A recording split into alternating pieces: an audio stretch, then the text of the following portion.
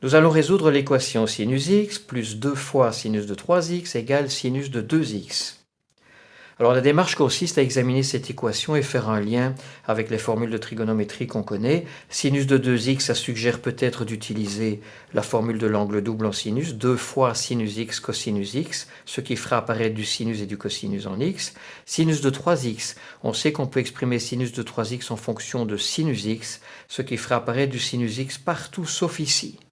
Bon, alors on garde ça sur le côté pour l'instant, si on n'a pas d'autre idée, on y reviendra. Une autre idée consiste à se dire, on va regrouper les termes en sinus d'un côté du égal, en faisant passer sinus x à droite du égal, et comme ça on fait apparaître une différence entre deux sinus, ce qui suggère d'utiliser une des formules de Simpson. On va l'écrire pour voir ce que ça donne. Ça donne 2 fois le sinus de la demi-différence, 2x moins x, ça fait x, divisé par 2, ça fait x demi, fois le cosinus de la demi-somme, 2 plus 1, ça fait 3x demi. Une fois que c'est écrit, apparaît l'angle 3x, 3x demi, et il y a un 3x là. C'est ça qui suggère de transformer sinus 3x en utilisant la formule de l'angle double en sinus pour faire apparaître les angles de 3x demi. Sinus de 3x, c'est 2 fois sinus de 3x demi fois cosinus de 3x demi. Le 2 qui est là et le 2 qui est là se simplifient. Et alors, il reste de chaque côté du égal un terme identique, un facteur identique cosinus de 3x demi. Et comme on sait qu'un des objectifs qu'on poursuit, c'est de factoriser, pour factoriser, une des façons de faire consiste à mettre en évidence, et donc on met cosinus de 3x demi en évidence. Il reste 2 fois le sinus de 3x demi moins le sinus de x demi. Alors on va déjà traiter le premier facteur, cosinus de 3x demi égale 0. Eh bien c'est vrai, si l'angle de 3x demi est un multiple impair de 90, on fait passer le 2 à droite et on divise par 3, il reste 60. X doit être un multiple impair de 60 degrés. Bien, on va maintenant s'intéresser à ce facteur-ci. Alors il y a déjà sinus partout, ça c'est pas mal. Les angles ne sont pas les mêmes, donc il faut essayer de trouver un lien entre l'angle 3x demi et l'angle x demi. Et le lien, c'est sans doute que 3x demi, c'est x plus x demi. Donc on va l'écrire, on va voir ensuite ce que ça donne et si ça mène au but. Donc ce facteur devient 2 fois le sinus de x plus x demi moins sinus x demi. Une fois que c'est écrit et qu'on examine ce qu'on vient d'écrire, il n'y a pas beaucoup de possibilités à part utiliser la formule d'addition en sinus, le sinus de la somme de deux angles, sin cos plus sin cos, sinus x cosinus x demi, plus sinus x demi fois cosinus x. Ça fait apparaître déjà des angles sinus x demi ici, mais il y a encore le sinus x qu'on peut travailler ici, le transformer en 2 fois sinus de x demi cosinus x demi.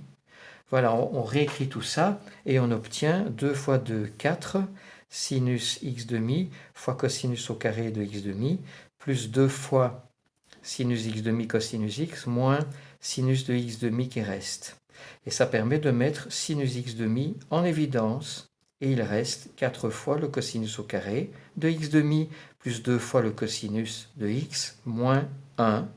Le premier facteur ici, sinus x demi égale 0, est valable lorsque x demi est un multiple de 180, autrement dit quand x est un multiple de 360 degrés. Le facteur qui reste ici, 4 fois cosinus carré x demi plus 2 cosinus moins 1 égale 0, eh bien, on va sans doute essayer de descendre dans les degrés en utilisant une des formules de Carnot. En descendant dans les degrés, on sait que l'angle ici, x demi, va être multiplié par 2, autrement dit devenir x, comme l'angle qui est là. C'est sûrement une bonne piste. Ça donne donc 4 fois 1 demi, 1 plus cosinus de 2 fois x demi, c'est x, plus ce qui reste, 2 cosinus x moins 1. Comme ça, une équation dans laquelle il n'y a plus que cosinus x.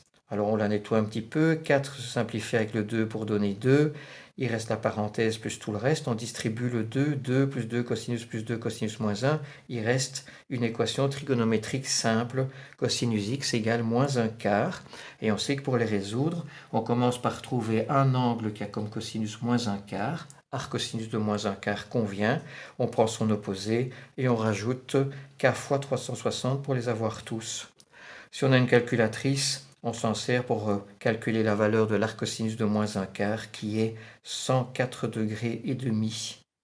Et on réunit maintenant toutes les solutions, les multiples impairs de 60, les multiples de 360 et les angles qui s'écrivent plus ou moins 104 degrés 5 plus k fois 360 et on obtient toutes les solutions.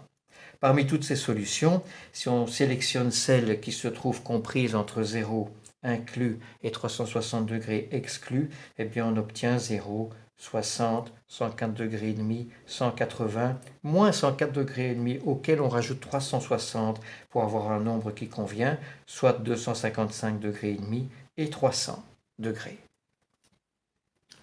Voilà.